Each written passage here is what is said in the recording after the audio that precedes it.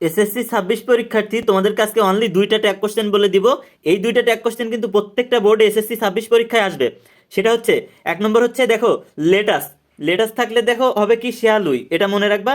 Let us থাকলে হয় শেয়ালুই, এবং লেটের পরে যদি মি কিংবা হিম থাকে তাহলে তাহলে হয় উইল ইউ, এটা মনে রাখবা। এবং আরেকটা আসবে, সেটা হচ্ছে এভরিবডি কিংবা নোবডি দিয়ে দিবে, এবং ভার্বের শেষে এস বা ইয়েস যোগ থাকবে। এস যোগ থাকবে এবং সেখানে উত্তর হবে ডু দে।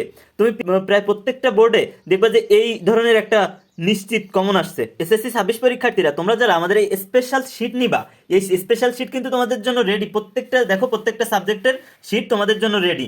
ম্যাথ, বায়োলজি, ইংরেজি, বাংলা, বায়োলজি, রসায়ন, জীববিজ্ঞান, সব সাবজেক্টের শিট রেডি। এবং আর্টসেরও শিট আছে সবগুলা। দেখো আমাদের এই শিটে মূলত আছেটা কি, স্পেশালভাবে কি আছে। দেখো এখানে 8টা ট্যাগ কোশ্চেন দেওয়া আছে।